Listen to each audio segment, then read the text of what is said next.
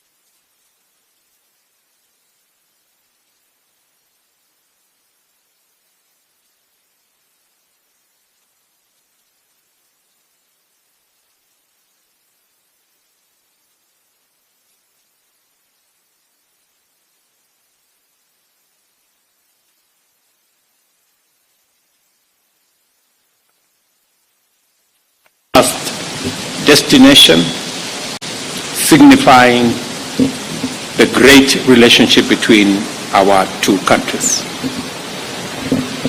President Iohannis and I have just concluded very fruitful discussions where we have exchanged views on the current state of our relations and our path to the future in the light of the challenges that exist in our globe, but in the context of tremendous potential and opportunity that exists between us, our two countries, and Africa and Europe. We have taken note of the warm and cordial relations that exist between Kenya and Romania, whose inception in 1968 saw initiation of collaboration in diverse fields. We have in this regard reiterated the imperative to escalate our cooperation across all spheres of mutual interest, including political, social, and cultural and diplomatic domains.